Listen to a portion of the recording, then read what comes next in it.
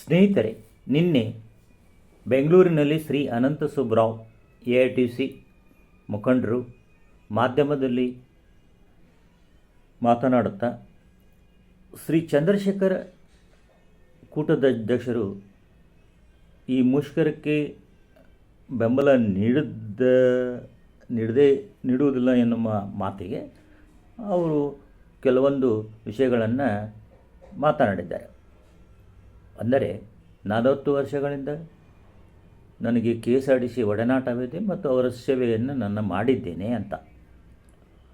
ಕೇವಲ ನಾನು ಚಾಲಕನಾಗಿ ಸೇವೆ ಮಾಡಿದರೆ ಅಲ್ಲ, ಈಗ MDಗಳು IAS ಪಾಸಾಗಿ KSRTC ಹುದ್ದೆಗಳನ್ನು ನಿರ್ವಹಿಸ್ತಾರೆ.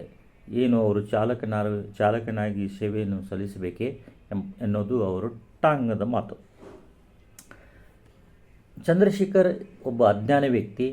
ಅವರು ಬಗ್ಗೆ ನೀವು ಯಾವುದೇ ಹೇಳಿಕೆಗಳಿಗೆ ತಲೆ ಕೊಡಬೇಕಾಗಿಲ್ಲ ಅಂತ ಹೇಳಿದರು. ನಂತರ ಅನಂತ ಸುಬ್ಬರಾವ್ ಮಾತನಾಡುತ್ತಾ ಬೆಳಗಾವಿಯಲ್ಲಿ ಶ್ರೀ ದಿನೇಶ್ ಗುಂಡೂರಾವ್ ಸನ್ಮಾನ್ಯ ಆರೋಗ್ಯ ಸಚಿವರು ಇವರ ಸ್ಟ್ರೈಕ್ ನೋಟಿಸ್ ಮತ್ತು ಡಿಮಾಂಡ್ ನೋಟಿಸ್ ತೆಗೆದುಕೊಂಡಿರುತ್ತಾರೆ. ಆದರೆ ಇದುವರೆಗೂ ಸರ್ಕಾರ ಮಾತ್ರ ಮಾತುಕತೆಗೆ ಕರೆದಿಲ್ಲ. ಮಾತುಕತೆಗೆ ಕರೆಯುವಂಥದ್ದು ಹಾದಿ ನೋಡಲಿಕ್ಕೆ ಅಂತ ಅನಂತ ಸುಬ್ಬರಾವ್ ಅವರು ಹೇಳಿದರು. ಇದೇ ದಿನಾಂಕ 27ರಂದು ಸಂಧಾನ ಸಭೆ ಆಯುಕ್ತರನ್ನೇ ನಡೆಯಬೇಕಾಗಿದೆ. ಆದರೆ ಅದು ಸಕ್ಸಸ್ ಆಗುವುದು ಸಾಧ್ಯವಿಲ್ಲ ಅಂತ ಹೇಳಿದರು. ಏಕೆಂದರೆ ಕಾರಣ MD ಜೊತೆ ಇರುವುದರಿಂದ ಅವರು ನಿರ್ಧಾರ ಯಾವುದೇ ತಗೊಳ್ಳುವ ಸಾಧ್ಯತೆ ಇಲ್ಲ. ಸರ್ಕಾರ ಮಾತ್ರ ಭಾಗವಹಿಸುವುದು ಅವಶ್ಯಕತೆ ಇದೆ ಅಂತ ಹೇಳಿದರು. ಸಿಬ್ಬಂದಿಗಳ ಬೇಡಿಕೆಗಳು ಮತ್ತು ಅವರ ವೇತನ ಪರಿಷ್ಕರಣೆ ಮತ್ತು ಹಿಂಬಾಕಿ ವೇತನ, ಈ ಬೇಡಿಕೆ ಪರಿಹಾರ ಬೇಕಾದರೆ ಸರ್ಕಾರ ಜೊತೆಯೇ ಮಾತುಕತೆ ಆಗಬೇಕು ಅಂತ ಹೇಳಿದರು. ಹಲವಾರು ಬಾರಿ ಸರ್ಕಾರಕ್ಕೆ ಮನವಿ ಪಟ್ಟರೂ ಸ್ಪಂದಿಸದೇ ಇರುವುದು ದುರದೃಷ್ಟಕರ. ಹಲವಾರು ಬಾರಿ ನಾವು ಮನವಿಗಳನ್ನು ಕೊಟ್ಟರೂ ಸರ್ಕಾರ ಸ್ಪಂದಿಸದೇ ಇರುವುದು ದುರದೃಷ್ಟಕರ. ಸಾರ್ವಜನಿಕರಿಗೆ, ಪ್ರಯಾಣಿಕರಿಗೆ ತೊಂದರೆ ಆಗುವುದು ಆ ದಿನ ಅಂತ ಹೇಳಿದರೂ ಕೂಡ ಸಾರಿಗೆ ನೌಕರರು ಸಾರ್ವಜನಿಕರಿಗೆ ಉತ್ತಮ ಸೇವೆಯನ್ನು ಮತ್ತು ಶ್ರೀಶಕ್ತಿ ಯೋಜನೆಯಲ್ಲಿ ನಮ್ಮ ಸಾರಿಗೆ ನೌಕರರು ಉತ್ತಮ ಸೇವೆಯನ್ನು ಗೈದು ಅವರ ಸರ್ಕಾರದ ಹೆಸರನ್ನು ತಂದಿದ್ದಾರೆ. ಆದ್ದರಿಂದ ಸಾರಿಗೆ ನೌಕರರ ಬೇಡಿಕೆಗಳನ್ನು ಈಡೇರಿಸುವುದು ಸರ್ಕಾರದ ಹೊಣೆಗಾರಿಕೆ ಮತ್ತು ಕರ್ತವ್ಯವಾಗಿದೆ ಎಂದು ಹೇಳಿದರು. ಅಕಸ್ಮಾತ್ ಬೇಡಿಕೆ ಈಡೇರದಿದ್ದಲ್ಲಿ ಸರ್ಕಾರವೇ ನೇರ ಹೊಣೆಗಾರರಾಗ್ತದೆ ಅಂತ ಅವ್ರದ್ದು ಹೇಳಿಕೆ. ಕೇವಲ KSRTC, BMTC ಮಾತ್ರವಲ್ಲದೆ NWQRTC, KKRTC ಸಹ ನೌಕರರು ಕೂಡ ಈ ಮುಷ್ಕರದಲ್ಲಿ ಭಾಗವಹಿಸುತ್ತಿದ್ದಾರೆ. ಮತ್ತು ಈ ದಿಶೆಯಲ್ಲಿ ನೌಕರರಿಗೆ 31/12/24ರಂದು ಎಲ್ಲರೂ ಭಾಗವಹಿಸಲು ಕರೆ ನೀಡಿದರು. ಆಮೇಲೆ ಅಂದು ಎಲ್ಲ ಬಸ್ಸುಗಳು ನಿಶಬ್ದವಾಗುತ್ತವೆ. ಒಂದು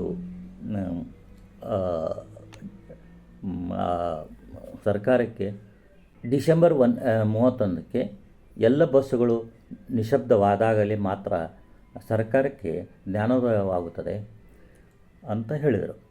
ಈಗ ಎಲ್ಲ ಘಟಕಗಳಲ್ಲಿ ದ್ವಾರ ಸಭೆಗಳು ನಡೆಯುತ್ತವೆ. ಇಲ್ಲಿ NWQRTC, KSRTC, KKRTC ಯಲ್ಲಿ ಘಟಕಗಳಲ್ಲಿ ದ್ವಾರ ಸಭೆಗಳು ನಡೆಯುತ್ತಿದ್ದು ಎಲ್ಲ ಸಿಬ್ಬಂದಿಗಳು 31/12/24ರಂದು ಮುಷ್ಕರದಲ್ಲಿ ಭಾಗವಹಿಸಲು ತೀರ್ಮಾನಿಸಿದ್ದಾರೆ. ಆ ದಿನ ಯಾವುದೇ ಬಸ್ಸುಗಳನ್ನು ಡಿಪೋದಿಂದ ತೆಗೆಯದಿರಲು ತೀರ್ಮಾನಿಸುತ್ತಿದ್ದಾರೆ ಮತ್ತು ಘೋಷಣೆಗಳನ್ನು ಸರ್ಕಾರದ ವಿರುದ್ಧ ಘೋಷಣೆಗಳನ್ನು ಕೂಗುತ್ತಿದ್ದಾರೆ. ಕಾರಣ ಸರ್ಕಾರ ಈ ದಿಶೆಯಲ್ಲಿ ಮಾತುಕತೆಗೆ ಕರೆಯುತ್ತಾ ನೋಡಬೇಕು. ಒಂದು ವೇಳೆ 31/12/24 ಸರ್ಕಾರ ಕರೆದೇ ಇದ್ದಲ್ಲಿ 31/12/24 ಮುಷ್ಕರದಲ್ಲಿ ಎಲ್ಲರೂ ಭಾಗವಹಿಸ್ತಾರೆ ಅಂತ ತಿಳಿದು ಬಂದ ಮಾಹಿತಿ. ಇನ್ನೂ 5 ದಿವಸ ಬಾಕಿ ಇದೆ, ನೋಡುವ.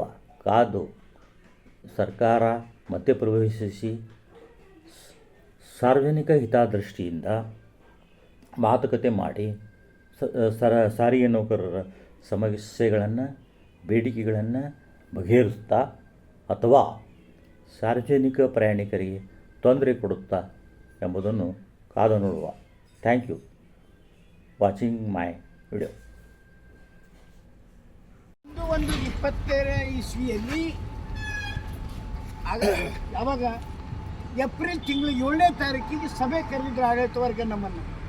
ಆ ಸಭೆ ಕರೆದಾಗ ನಾವು ಅಗ್ರಿಮೆಂಟ್ ಮಾತುಕತೆ ಪ್ರಾರಂಭ ಮಾಡಬೇಕಂದಾಗ ಚಂದು ಅಂಡ್ ಕಂಪನಿ ಅಗ್ರಿಮೆಂಟ್ ಬೇಡ ಸರ್ಕಾರಿ ನೌಕರು ಬೇಕು, ಅಗ್ರಿಮೆಂಟ್ ಬೇಡ ಸರ್ಕಾರಿ ನೌಕರು ಬೇಕು ಅಂತ ಹೇಳಿ ಇವತ್ತು ಕೂಗಾಡಿ ಆಡಳಿತ ವರ್ಗ ಅದಕ್ಕೆ ಏನು ಹೇಳ್ತಂದ್ರೆ ನಮಗೆ ಸರ್ಕಾರಿ ನೌಕರು ಮಾಡಕ್ಕೆ ಅಧಿಕಾರ ಇಲ್ಲಪ್ಪ, ಅಗ್ರಿಮೆಂಟ್ ಮಾಡಕ್ಕೆ ಅಧಿಕಾರ ಐತಿ, ಬೇಕಾದ್ರೆ ಮಾತಾಡ್ರಿ ಬಂದಂದ್ರೆ ಇಲ್ಲ ಬ್ಯಾಡ, ನಮಗೆ ಅಗ್ರಿಮೆಂಟ್ ನಮಗೆ ಸರ್ಕಾರಿ ನೌಕರ ಬೇಕು. ಯಡಿಯೂರಪ್ಪನವರು ಸರ್ಕಾರ ಇದ್ದಾಗ ಅವ್ರು ಕೇಳಿದ್ರು, ಮುಷ್ಕರ ಮಾಡಿದ್ರು. ಅವಾಗ ಸದನದಲ್ಲೇ ಮುಖ್ಯಮಂತ್ರಿಗಳಾದಂಥ BS ಯಡಿಯೂರಪ್ಪನವರು ಸರ್ಕಾರಿ ನೌಕರನ್ನು ಮಾಡಕ್ಕೆ ಸಾಧ್ಯ ಅಂತೇಳಿ ಸ್ಪಷ್ಟಪಡಿಸಿದರು. ಇವನ್ ಲಕ್ಷ್ಮಣ್ ಸವದಿ ಅವರು ಕೂಡ ಮಾಡೋಕ್ಕಾಗೋದಿಲ್ಲ ಅಂತ ಹೇಳಿದರು. ಹೇಳಿದ್ರು ಕೂಡ ಮುಷ್ಕರ ಮುಂದುವರಿಸಿ. ಅದಕ್ಕಿಂತ ಮುಂಚಿತವಾಗೇನೆ ನಮ್ಮ ಮುಖ್ಯಮಂತ್ರಿಗಳು ಹಾಗೂ ಸಾರಿಗೆ ಸಚಿವರು ಅವರನ್ನು ಮನವಿ ಮಾಡಿಕೊಂಡು ನೀವು ಮುಷ್ಕರ ಮಾಡಬೇಡ್ರಿ, ಅವರ ಮಾತಿಗೆ ಎಲೆಕ್ಷನ್ ಐತಿ, ಅದಕ್ಕಾಗಿ ಜೊತೆಗೆ KSRTC SC/ST 15 ದಿವಸ ಮುಷ್ಕರ ಮಾಡಿದ್ರು. ಒಂದು ಸರಿ 4 ದಿವಸ ಮುಷ್ಕರ ಮಾಡಿದ್ರು ಡಿಸೆಂಬರ್ ಮತ್ತು ನಂತರ ಏಪ್ರಿಲ್ 7ರಿಂದ ಮತ್ತೆ 15 ದಿವಸ ಮುಷ್ಕರ ಮಾಡಿ. ನಾನು ಕೇಳ್ತೀನಿ, ನೀವು 15 ದಿವಸ ಮುಷ್ಕರ ಮಾಡಿ ಏನು ಪಡ್ಕೊಂಡ್ರಿ? ನಾವು ಕೂಡ ಬೆಂಬಲ ಕೊಟ್ಟಿದ್ವಿ. ಈ ಮುಷ್ಕರಕ್ಕೆ ಬೆಂಬಲ ಕೊಟ್ಟಿದ್ವಿ. ಇಲ್ಲಿ ಮುಷ್ಕರ ಮಾಡ್ತಾ ಇದ್ದಾರೆ, ನಾನು ವಿರೋಧ ಮಾಡಿರಲಿಲ್ಲ. ಮುಷ್ಕರ ಮಾಡಿದ್ರು ಕೂಡ ಬೆಂಬಲ ಕೊಟ್ಟಿದ್ವಿ. ಯಾವಾಗ ಇಲ್ಲಿ ಸರ್ಕಾರ ಹೇಳ್ತು ಅವಾಗ ಮಾಡಬೇಕು ಹೇಳಿದ ಮೇಲೆ ಅವರು ನಮ್ಮ ನಾಯಕರ ಅಷ್ಟರೊಳಗೆ ಮಾಡೋದು, ಸರ್ಕಾರ ಹಾರ ಹಾಕೋದು ಮಾಡಿದ್ರಿಂದ ನಾವು ಕೊಟ್ಟಂತ ಬೆಂಬಲ ನಿಗಮದ ನೌಕರರ ಅದರ ಒಳಗೆ ಇವತ್ತು ನಾವು ಅಲ್ಲಿಂದ ಇಲ್ಲಿವರೆಗೂ ಹೋರಾಟ ಮಾಡ್ತಾ ಬಂದರೂ ಕೂಡ 2020ರಿಂದ ಆಗ್ಬೇಕಂತ ಒಪ್ಪಂದವನ್ನು ಅವ್ರು ಮಾಡಲೇ ಇಲ್ಲ, ಕೇಳೇ ಇಲ್ಲ. ಅವರು ಮಾಡಿದ್ದ ಒಂದು 15 ದಿವಸಗಳ ಹೋರಾಟದಿಂದ ನಮಗೆ ಏನು ಲಾಭ ಆಗೈತಿ? ಇಲ್ಲ, ನೀವು ಓದಿರಿ, ₹1 ಯಾರ ನಮ್ಗೆ ಯಾರಿಗೆಲ್ಲ ಏನಾರ ಬಂತ? 15 ದಿವಸ 20 ದಿವಸ ಮುಷ್ಕರ ಮಾಡಿದ್ರಿಂದ ಏನಿಲ್ಲ. ಅದರ ಬದಲಾಗಿ ನೂರಾರು ಸಾವಿರಾರು ಜನ ಇವತ್ತು ಸಸ್ಪೆನ್ಷನ್ ಆದ್ರು, ವರ್ಗಾವಣೆ ಆದ್ರು, ಅದು ಕೊಡುಗೆ ಯಾವುದೇ ಕಾರ್ಮಿಕರಿಗೆ ಲಾಭವಾಗಿಲ್ಲ ತಂದ್ಕೊಡ್ತೇನೆ ಸರ್ಕಾರಿ ನೌಕರಿ ಅಂತ ಹೇಳಿದ. ಯಾವಾಗ ಯಡಿಯೂರಪ್ಪನವ್ರು ಆಗುದಿಲ್ಲ ಅಂತ ಹೇಳಿದ್ರು, ಅವಾಗ ಯಾವ್ದೋ ಒಂದು ಆಫೀಸರ್ 6ನೇ ವೇತನ ಕೊಡ್ರಿ ಅಂತ, ಅಲ್ಲಿಂದ ಅದನ್ನು ಬಿಟ್ಟು 7ನೇ ವೇತನ ಬಿಟ್ಟ.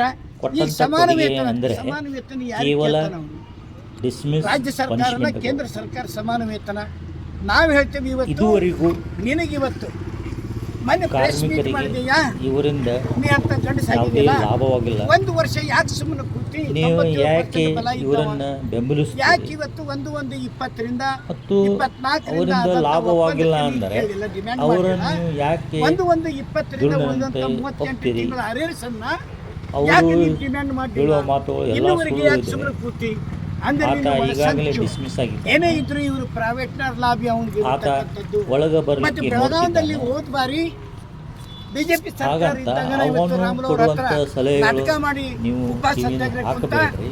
ಅಲ್ಲಿ ಏನು ಕೇಳಿದವ ಆತ ಏನೂ ನಾನು ಮಾಡಿಲ್ಲ. ನನ್ನ ಹಣ ಹೋದ್ರೂ ನಿಮ್ದು ಪರವಾಗಿಲ್ಲ 38 ತಿಂಗಳ ನಾನು ಬಾಕಿ ಹೇಳೋದಿಲ್ಲ ಇದೆ. ನನ್ನ ಬೇಡಿಕೆ ಅವನಿಂದ ಈಡೇರಬೇಕು ಅಂತ ಲಾಭವಿಲ್ಲ. ಹೇಳಿದ.